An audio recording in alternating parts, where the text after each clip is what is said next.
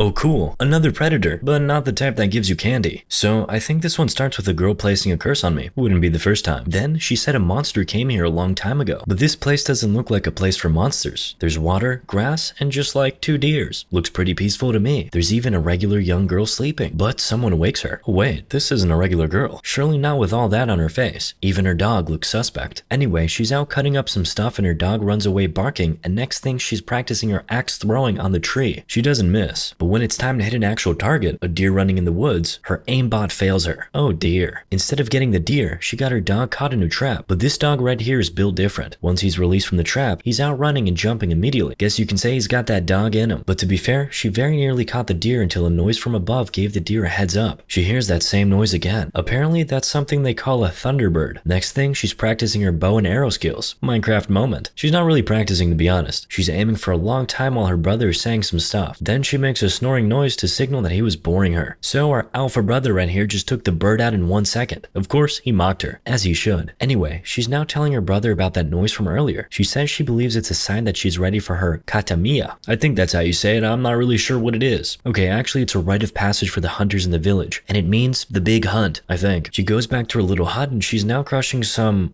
I know that ain't what I think it is. Oh, actually it's her mother crushing the greens while she feeds her dog and sends him away. Apparently it's just some herbs for a sick person. Now, her mother's asking her why she wants to hunt so bad when she's good at many other things. And she tells her she wants to hunt because they all think she can't. Woman empowerment moment. While they're talking, Hunter Girl's brother comes in with the bird he clapped earlier while her mother sends her to get some herbs called orange tutsia. But before she gets it, we see some transparent beast guy. That's the predator I was talking about. Pretty intimidating stuff, I tell ya. Anyway, she's got what she came for and is about to head back home when she sees her brother and some other dudes going out to hunt a lion. That was a cue to run back home. But you know these folks in movies don't think. She joins the boys and is very nearly even shot on arrival. Watch the friendly fire. One of the boys makes fun of her saying they won't be needing a cook. Ha, got him. But her brother defends her and convinces the boy to let her stay. Equality. And of course, she ends up being useful to them. Her dog helps her find an injured person and she treats the person with her herbs. By the time she's done, it's already nighttime. Some guys take the injured guy home while her brother continues on the hunt alone. She wants to go with him, but he tells her to stay with the injured guy who needs her. She reluctantly agrees. On her way back home, she sees some scary tracks of a huge animal that make her fear for her brother's safety, so she turns back to warn him. Some guy follows her. Everybody seems to think it's just a bear, but she's thinking it's something bigger. An average American woman, perhaps. Anyway, that was how she ended up joining her brother in the hunting. The lad is serious now. He tells her that he thinks it's finally for her katamiya, aka big hunt. At this point, her brother goes to do something and the guy she's with is giving the most discouraging words to her, saying she's not ready and that she won't be able to put the lion down, while he's boasting that he and her brother will clap the lion. The lion appears and tears him apart easily. Yeah, so much for that, tough guy. Little awkward now, isn't it? But our big cat is not satisfied with one dinner. He wants another serving, so he's going for Naru now. He climbs up the tree and when he charges at her, she falls off the branch and blacks out. Terrible news. She survived. She wakes up at home with her mother offering her some tea. Apparently, her brother carried her home and then went after the lion. But there's some good news. The guy she treated survived. So is Naru a hunter girl or a doctor girl now? Anyway, instead of enjoying her rest, this girl is already itching to go out again. Thank goodness for her mother who stops her. Moments later, her brother comes back with the dead lion on his shoulder. He didn't need her help after all. While everybody is celebrating her warrior brother, she, with a straight face, turns around to leave. He follows her and we find out that she's convinced that there's something else out there. She insists that they go back out and get the thing, but he says no. And she tells him she'll go without him if she has to. Before she leaves, her brother breaks her heart by telling her that she may not be made for this life after all. He tells her she's not man enough for this hunting stuff, which is racist. Then he turns around and leaves. I don't know how she managed to sleep that night after being violated like that, but she did. The last time someone did me like that, I at least needed a hot shower. Naru wakes up the next morning and is back on her grind like nothing ever happened. She goes out to get that thing she so strongly believes is out there. This time she goes alone and without help from anyone. Well, except for her ever loyal dog. It's cool though, my only friend is a cat. What we see next is a little Nat Geo Wild commercial break. Okay, maybe not, because I know for sure I ain't ever seen this transparent man on Nat Geo Wild before. It seems like this so-called predator is some kind of jungle justice advocate, because he only goes for the animals who kill smaller animals. He did it once before with the snake. Anyway, it appears that Naru actually is not so great at axe throwing as she throws at a rabbit and misses twice. She probably just needs to buy a new gaming mouse. Anyway, after that stinker, she realizes she needs more practice, so she gets into it. After sharpening her skills, she finally gets a kill. Good thing she did, because she might have died due to starving that night if she didn't. Anyway, after dinner, she's back on that grind set. What we now find out is that transparent guy is actually not always transparent. He's flesh and blood, if you'll call that thing flesh. But he turns invisible once he steps out of his cave. I definitely relate to that one. Anyway, Naru keeps going. Then she gets to a field where we see a bunch of animals which have been,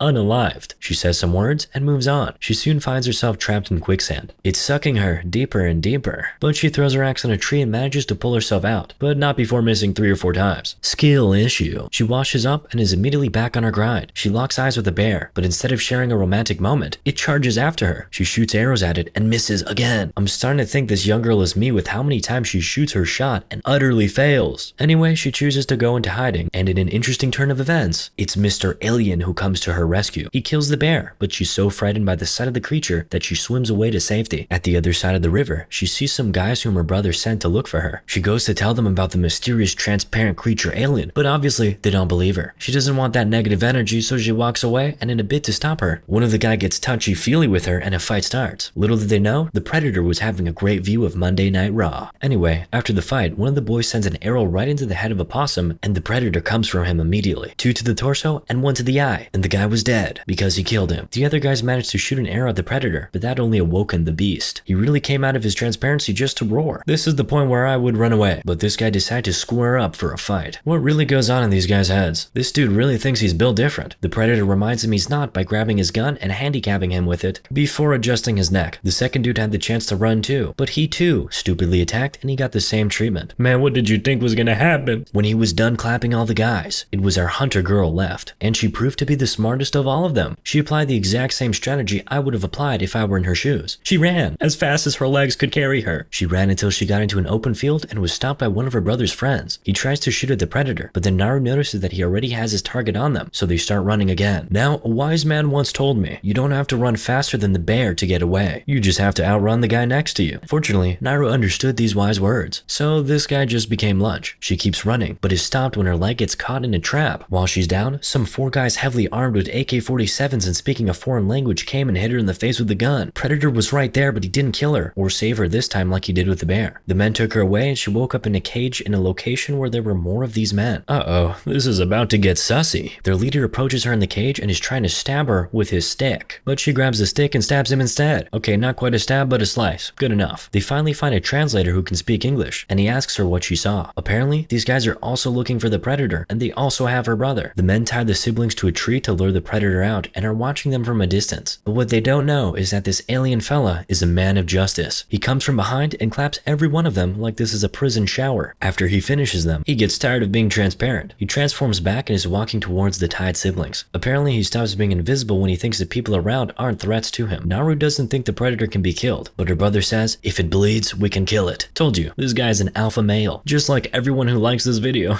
As if on cue, some of the foreign language men trap transparent guy. Yeah, he's no longer transparent, I guess we do need a new nickname. The men think they've got him. They're laughing and celebrating when not transparent guy springs up and claps every single one of them. Stupidly, more men kept coming out from their hiding places to fight. Not one thought to run away. These men are obviously not very wise. Naturally, the Predator dispatches of these guys left and right with some 22nd century technology. I mean, look at all this stuff. Has science gone too far? Anyway, Naru cleverly cuts herself and her brother loose, and they just leave before an explosion thing the Predator detonates takes out all the men. Then she heads to the foreign village, fights all the men on her own, and takes them all out. And I'm not talking about dates. They were obviously beta males. Then she releases her dog, which they had bound, and then the interpreter guy came along to make a trade with Naru. With just one leg, he's offering to teach her to use his bazooka right here in return for her help to save his life. He teaches her, and she gives him her life-saving herbs in return, before leaving him to take care of himself. The Predator pulls up, but the interpreter plays dead. Smart, but not smart enough. The Predator steps on his half leg, and when he opened his mouth to scream, he ingested some arrows. Tasty. Next target, the dog. What the dog doing? Naru's brother comes to her on a horse and gets a chunk of the Predator's head, though he picks it up and fixes it back. After he does that, Naru tries to shoot at him, but her bazooka jams, so she uses her voice as her weapon. She screams to distract the Predator, and her brother uses that opportunity to bust a load all over his chest. Now he sees her guy as a threat, so he goes transparent again. He kills Naru's brother and then stops being transparent again. He's approaching our girl now, who is pointing her gun at him but isn't shooting. Her brother, who is half dead, gave his last shot before he was speared by the Predator one final time. Naru uses that opportunity to disappear, and while she's washing off at the river, someone is going to deliver the unfortunate news to her mother, who breaks down in tears. Now, Naru is hiding in a rock with her dog, but she still can't get herself to use her bazooka, even after seeing one of those men across the river. Instead, she approached him and hit him. She wanted him to pass slow and painfully. She uses him as bait, and transparent guy falls for it. He approaches the man and hurts him a lot. And with that, Naru is finally able to get a clean close-range shot. Boom! A part of his head falls off and she takes it and hangs it in between 2 rocks and goes to hide in a tree. When transparent guy appears, she jumps on him and axes him repeatedly. A Of course, that's not enough to take him out, so the fight goes on for a bit. He was this close to beheading her, but she managed to cut off his arm and free herself. Then, with a clean assist from her dog, she cuts off one of the predator's legs and then manages to get him into quicksand. Though, he quickly rises up and points his gun at Naru. But that part of his own head which he hung up between the rocks happens to be the part that does the killing. So technically, he ended up self-deleting himself. She cuts off his head and brings it back to her village where she is now being celebrated. They all swore she was not a hunter, but she eventually proves to them that she not only has that dog with her, she also has that dog in her. Moral of the story? What the dog doing?